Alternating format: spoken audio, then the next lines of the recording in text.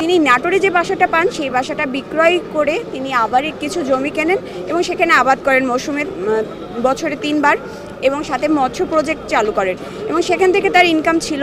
গাড়িটা কিনেছেন সেটাও লোনের টাকা দিয়ে কিনেছেন, পরবর্তীতে লোন পরিশোধ হয়ে গেলে ওই গাড়িটা তিনি বিক্রয় করেছেন। সেখান থেকে প্রায় 4 কোটি টাকা তার ইনকাম হয়েছে, সেটা তিনি এফডিআর এবং সঞ্চয়পত্র হিসেবে রেখেছেন। হাইকোর্টে যখন লয়ার হন, জাজ কোর্টে লয়ার হন, তিনি দীর্ঘদিন যাবৎ প্র্যাকটিস করেন এবং এই প্র্যাকটিস লব্ধ অর্থ তার সেটাতে সংযুক্ত হয়েছে। উল্লেখযোগ্য সম্পত্তি ব্যতীত আর কোনো উৎস বহির্ভূত কোনো সম্পত্তি নেই। দুদকের 5-12-24 যে মামলাটাতে, এই মামলাটাতে আসামি জুনায়েদ আহমেদ পলককে গ্রেপ্তার দেখানোর জন্য চাওয়া হয়।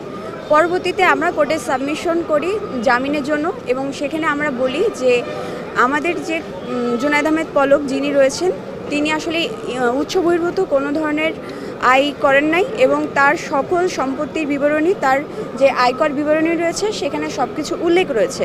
তার এই উল্লেখযোগ্য সম্পত্তি ব্যতীত আর কোনো উৎস বহির্ভূত কোনো সম্পত্তি নেই এবং আমরা সেখানে উল্লেখ করেছি যে তিনি খুব অল্প বয়সেই তার পৈতৃক সম্পত্তি থেকে 27 বিঘা জমি পান এবং 2টা বাসা পান, সিংড়াতে এবং নাটোরে। এবং তিনি নাটোরে যে বাসাটা পান সেই বাসাটা বিক্রয় করে তিনি আবার কিছু জমি কেনেন এবং সেখানে আবাদ করেন মৌসুমে বছরে 3 বার। ইলেকট্রা রেফ্রিজারেটর, খাবার তাজা তো জীবন তাজা। ইলেকট্রা ফ্রিজের রাজা। এবং সাথে মৎস্য প্রজেক্ট চালু করেন এবং সেখান থেকে তার ইনকাম ছিল।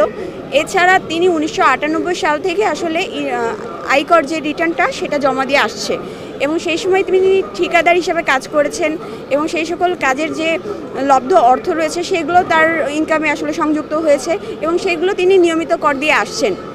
এবং পরবর্তীতে তিনি হাইকোর্টে যখন লয়ার হন, জাজ কোর্টে লয়ার হন, তিনি দীর্ঘদিন যাবৎ প্র্যাকটিস করেন এবং এই প্র্যাকটিস লব্ধ অর্থ তার সেটাতে সংযুক্ত হয়েছে।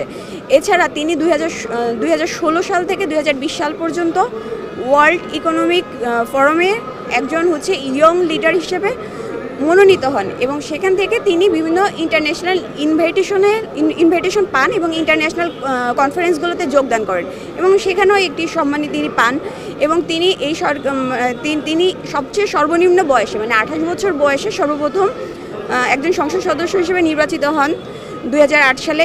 এর পরবর্তীতে 2014, 2018, 2024 এগুলোতেও তিনি সংসদ সদস্য ছিলেন।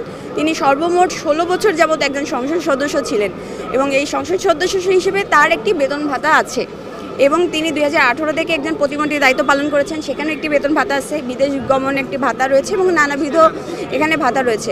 তো আমরা বিগততে এটাই উল্লেখ করেছি যে আর এছাড়া আপনারা নিশ্চয়ই অবগত আছেন যে একজন যে এমপি থাকেন তারা কিন্তু শুল্ক মুক্তভাবে গাড়ি কিনতে পারে এবং তিনি এরকম গাড়ি ক্রয় করেছেন এবং পরবর্তী তার 5 বছর যখন অতিবাহিত হয়েছে তখন তিনি সেটাকে বিক্রয় করেছেন এবং এই যে গাড়িটা কিনেছেন সেটাও লোনের টাকা দিয়ে কিনেছেন, পরবর্তীতে লোন পরিশোধ হয়ে গেলে ওই গাড়িটা তিনি বিক্রয় করেছেন। এভাবে তিনি সর্বমোট 2টি গাড়ি বিক্রয় করেছেন এবং সেখান থেকে প্রায় 4 কোটি টাকা তার ইনকাম হয়েছে, সেটা তিনি এফডিআর এবং সঞ্চয়পত্র হিসেবে রেখেছেন। এবং আজকে যখন আমরা কোর্টে সাবমিশন করেছি, কোর্ট বলেছে যে এত অল্প টাকা তিনি আসলে কোনো দুর্নীতির সাথে করেছে বলে কোর্টের কাছে প্রতীয়মান হয়নি, যেহেতু তার আজকে এই মামলায় প্রথম কাস্টাডি দেখাচ্ছে, গ্রেপ্তার দেখাচ্ছে এবং আসলে কোনো কাস্টাডি নেই। স্বল্প কাস্টাডির কারণে আমাদের জামিনটা আজকে নামঞ্জুর করেছে, পরবর্তীতে এটি আমলে নিবে বিকালে।